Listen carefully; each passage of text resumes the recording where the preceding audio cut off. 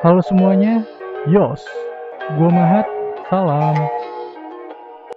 Drama dari lingkungan kerajaan bos berlanjut dan episode kali ini diawali dengan bos yang meyakinkan Hailing bahwa Deida bukanlah Deida melainkan bos yang berada pada tubuh Deida.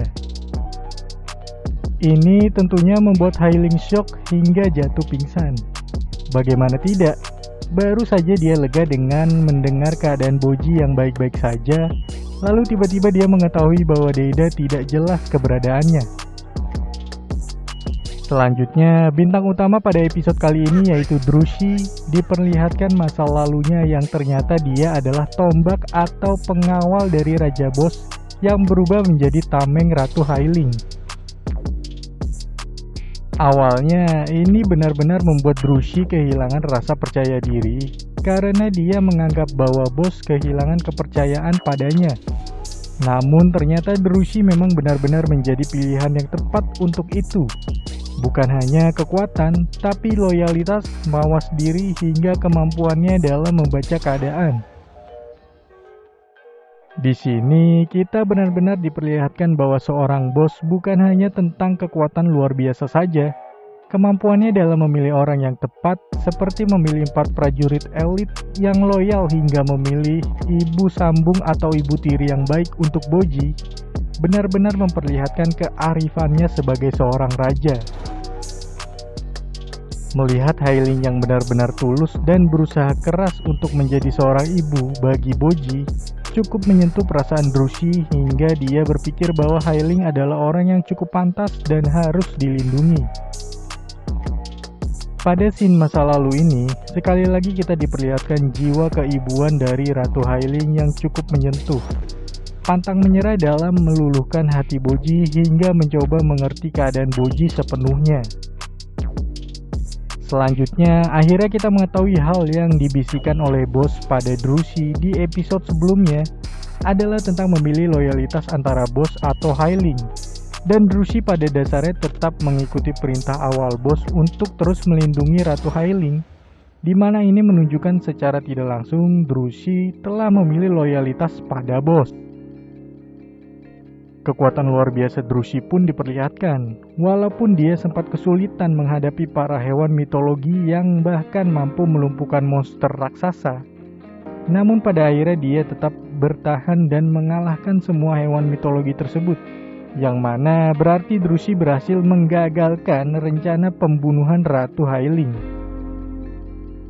Tidak seperti 3 prajurit elit lainnya yang memiliki senjata khusus masing-masing, Drushi hanya menggunakan tangan kosong sebagai serangan. Bahkan, akhirnya kita mengetahui gerakannya yang terlihat agak lambat adalah karena dia memakai pakaian besi yang bobotnya cukup berat guna membuat fisiknya tetap terlatih. Dan mungkin walaupun secara teknik Drushi terlihat biasa saja dibanding prajurit elit lainnya, namun secara kekuatan fisik, dialah yang mampu mendekati Raja Bos. Di sisi lain, maksud dan tujuan dari Miranjo yang merupakan orang penting juga bagi seorang bos belum benar-benar diketahui dan kita pun dibuat sebenarnya tidak bisa menilai begitu saja apakah Miranjo ini benar-benar jahat terkait hal-hal yang dilakukannya. Karena mungkin saja ada sebuah motif atau masa lalu yang membuatnya menjadi demikian. Pasalnya, bos pun diperlihatkan seperti seolah memiliki sebuah hutang budi pada Miranjo hingga dia terjebak di persimpangan di mana bos harus menepati janjinya pada Miranjo ini atau berusaha menjadi seorang kepala keluarga seharusnya yang bertanggung jawab dan dapat melindungi keluarganya. Muka dua bos atau bos yang berusaha berada pada dua sisi pun selalu diperlihatkan di mana saat tidak ada Miranjo, dia seolah ingin melindungi keluarganya, dalam hal ini Hailing, walaupun secara tak langsung melalui perintah atau petunjuk pada Drushi.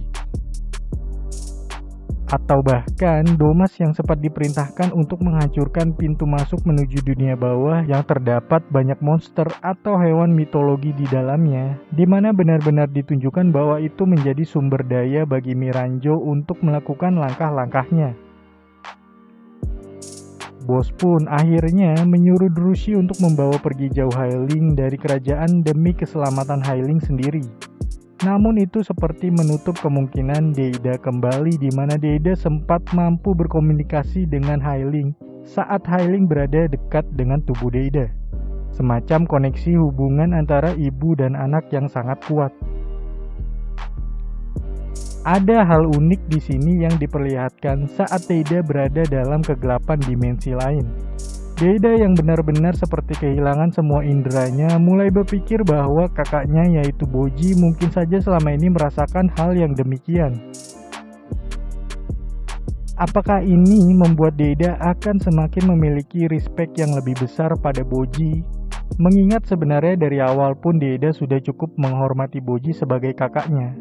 Sehingga kedepannya Deida tidak akan ragu untuk berada di samping Boji sebagai pendukungnya dan bukan seolah menjadi rivalnya. Dan bagaimana keadaan Boji yang menurut cermin ajaib atau Miranjo saat ini telah menjadi orang terkuat di dunia yang bahkan melebihi bos yang bangkit kembali? Apakah hal itu benar adanya atau hanya akal-akalan Miranjo menyenangkan hati bos? Tujuan bos bersama Miranjo hingga masa lalu mereka pun yang menjadi drama kelanjutan kerajaan bos masih menjadi misteri yang sangat layak untuk kita nanti pada episode-episode berikutnya. Untuk saat ini, sekian.